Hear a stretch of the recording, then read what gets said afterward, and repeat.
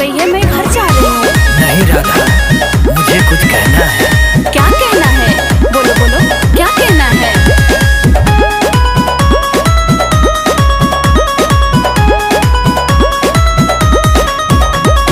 कल मेरे घर राधे गोकुल में आना, माखन का केक मेरे हाथों से खाना।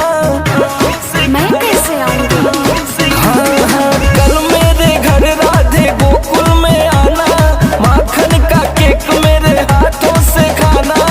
पूछेंगे कौन है ये लड़के जो भैया, कहोगे क्या मेरे किशन कन्हैया।